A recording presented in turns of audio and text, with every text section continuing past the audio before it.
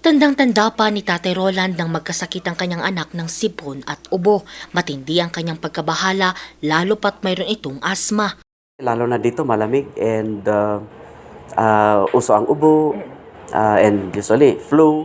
And sometimes ang hirap, lalo na my daughter is also asthmatic and natitrigger lalo na pag mga ganitong mga panahon. Sinama ko kasi kailangan ding hindi lang ako ang maging conscious sa aking health kundi lahat ng family.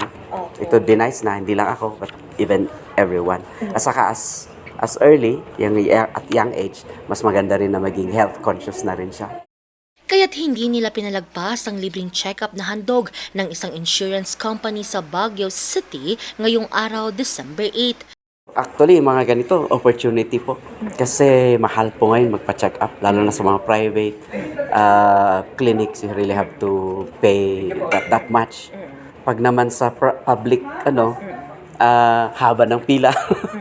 At it takes a lot of your patience to really, get to have yung health services. So today po, ang AIA, formerly known as Film Life, is conducting a pamaskong handog sa Baguio through annual physical exam. So kasama po dito sa pamaskong handog is yung meron ho tayong cervical awareness talk for women, may financial wellness talk tayo, and then we also included refreshments to give our clients a total health solution package na para lang aware sila sa kanilang health and wellness. Yes. Maagang pamasko na raw ng kumpanya ang mga handog na free urinalysis, fecalysis, blood count at physical exam. Pero bukod sa medical examination, nagbahagi rin sila ng libreng seminar tungkol sa cervical cancer.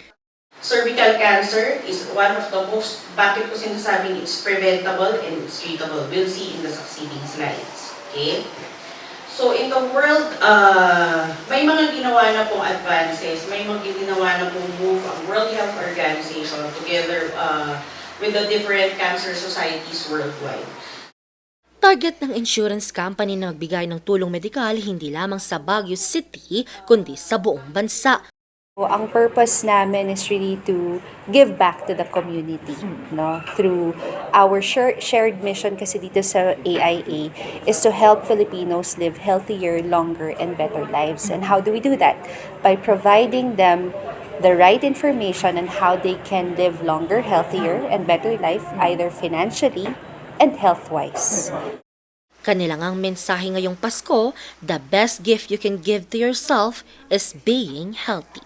Angel Arquero, RNG News.